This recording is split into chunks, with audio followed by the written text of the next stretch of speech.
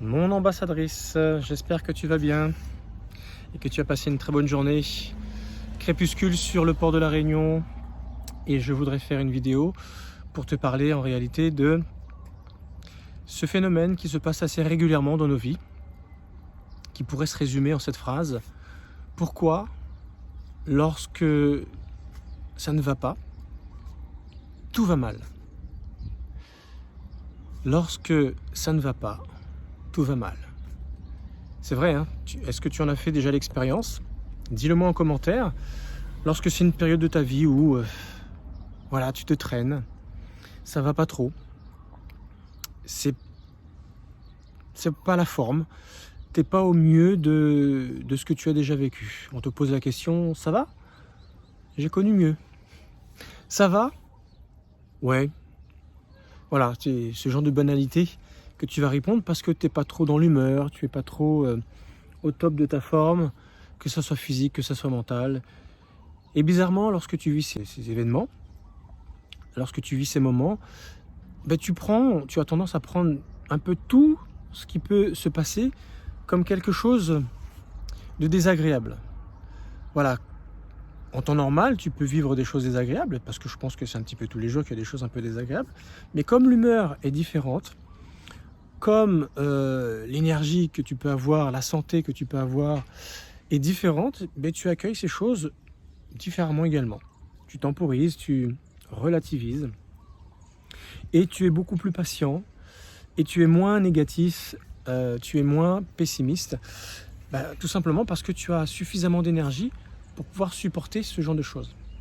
Mais lorsque tu ne vas pas bien et que niveau énergie, niveau santé, niveau mental, moral, c'est un petit peu le creux de la vague, eh bien, toutes les petites choses désagréables que tu vas pouvoir vivre seront encore plus désagréables qu'elles n'en paraissent, parce que tout simplement, tu n'es pas dans ton meilleur jour, tu n'es pas dans ton assiette, et forcément un mot va paraître plus difficile à entendre, alors qu'en fait peut-être c'est tout simplement des choses que tu peux avoir l'habitude d'entendre, mais là ça passera pas, ça passera moins bien.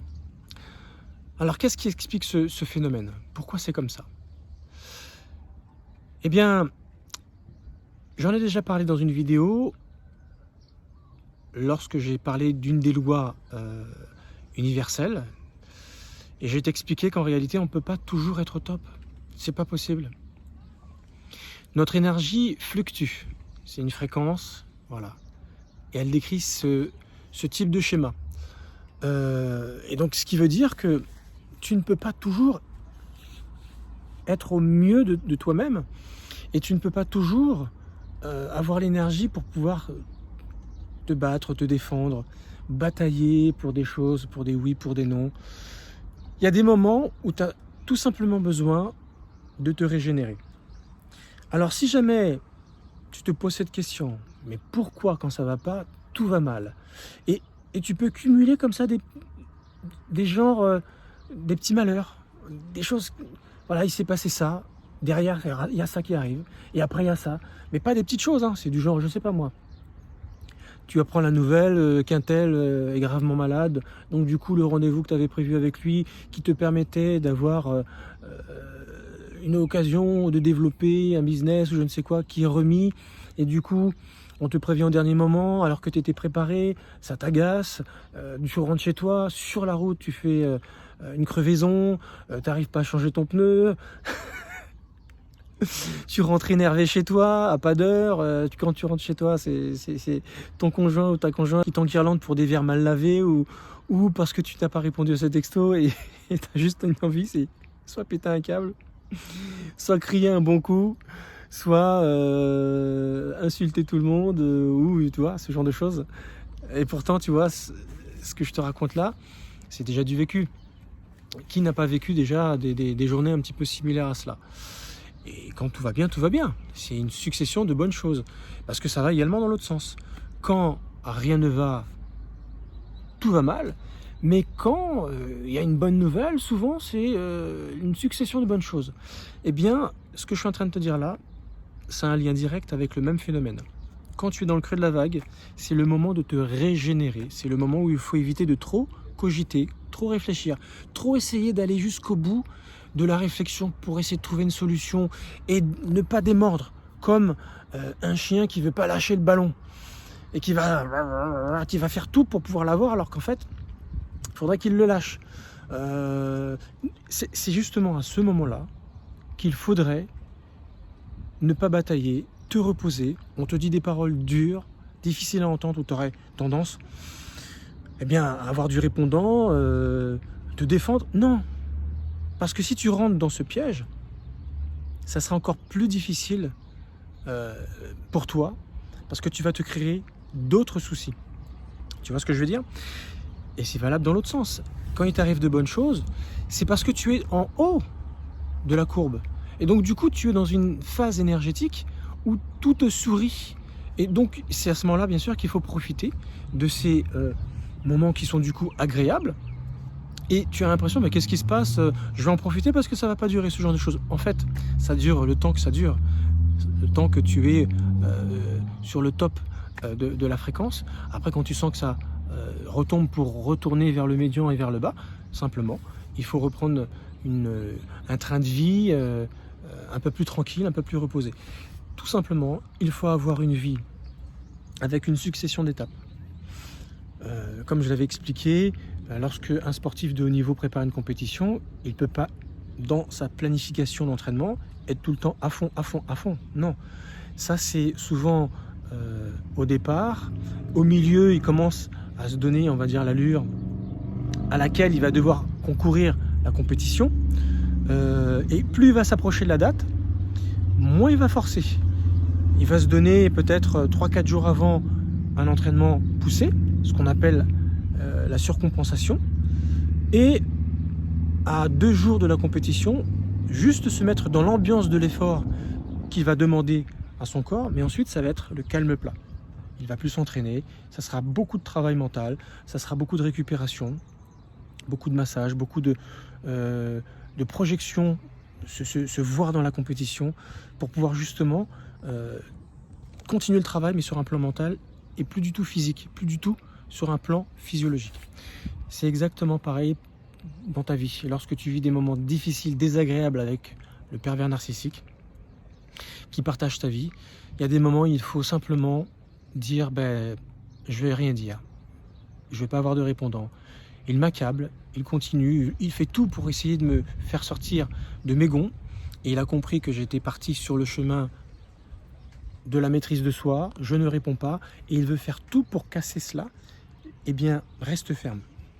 Ne va pas dans son piège. Il te tend des gants de boxe pour le rejoindre sur le ring, pour commencer à se fighter à coups de paroles difficiles et délicates à supporter. Eh bien, ne rentre pas dans son piège. Même s'il pète une colère, même s'il te balance des choses, vaut mieux partir, vaut mieux fuir des fois, prendre l'air, discuter avec quelqu'un, aller faire tout à fait autre chose qui va te changer les idées, qui va te permettre de mieux oublier ce qui vient de se passer, pour que lorsque tu rentreras, eh bien tu pourras mieux encaisser si jamais ça doit recommencer, à un moment peut-être où il se sera calmé, il ou elle bien sûr, et toi tu pourras laisser passer le jour suivant, celui d'après, etc., etc., pour attendre que la courbe commence à remonter, analyser la situation de ce qui s'est dit, ce qui s'est passé, et être prêt à ce moment-là de revenir sur la discussion pour pouvoir tout simplement régler la situation, parce qu'à un moment ou un autre, on est quand même obligé d'affronter les choses. On ne peut pas passer son temps à fuir. Ça, c'est juste momentané. Alors, l'explication, je viens de te la donner. Il y a des moments, tu peux, il y a des moments, tu ne peux pas. Quand tu sens que ça bloque, quand tu sais que tu ne peux pas, il faut tout simplement que tu acceptes de te régénérer, que tu occupes ton esprit à autre chose, que tu occupes tes mains également à faire tout à fait autre chose, et ne pas trouver la solution, t'évertuer, forcer les choses, parce que plus tu forceras, plus tu te feras du tort. Ce n'est jamais bon d'essayer de forcer, comme on essaie de forcer en entraînement sportif, comme on essaie de forcer un étirement on n'arrive pas à faire le grand écart, ben, on se dit si je vais y arriver alors qu'il nous manque 20 cm, et on force, on va se faire mal, on va créer des traumatismes musculaires et tendineux pour justement peut-être se faire mal et on risque de se blesser.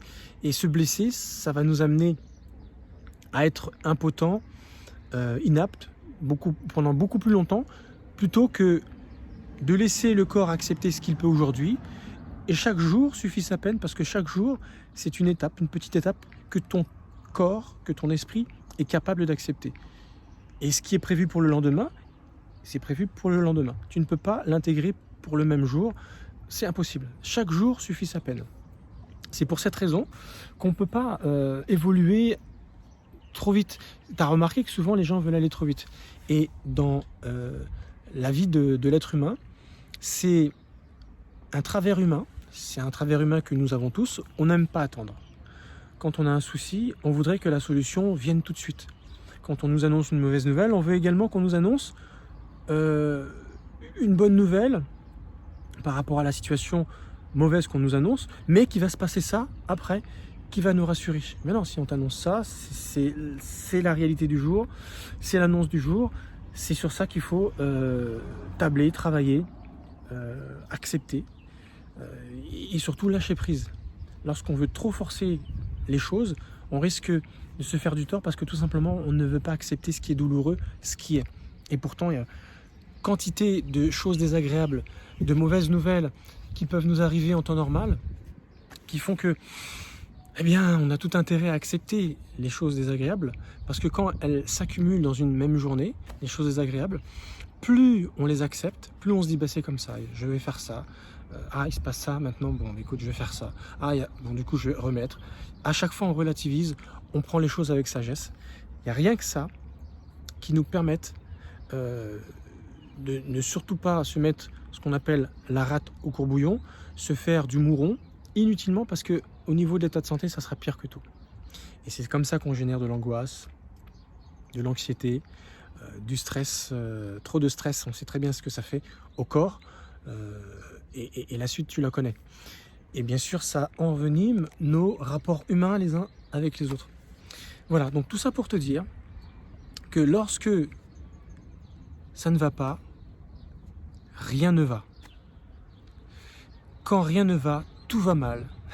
Pour reprendre l'introduction, simplement il faut accepter. Il faut accepter de prendre cette journée, la mettre entre parenthèses en se disant voilà, finalement ce que je vais faire aujourd'hui, je vais faire que ça.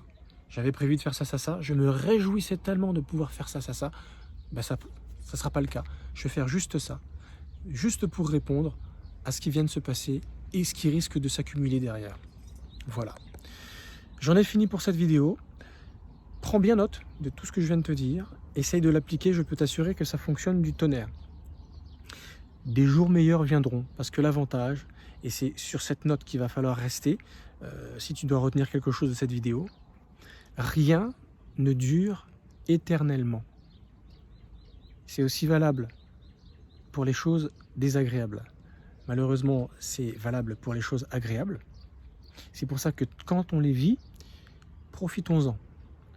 Parce qu'on ne sait jamais quand est-ce que ça peut s'arrêter. Mais dis-toi que cette même règle, cette même loi existe pour les choses désagréables.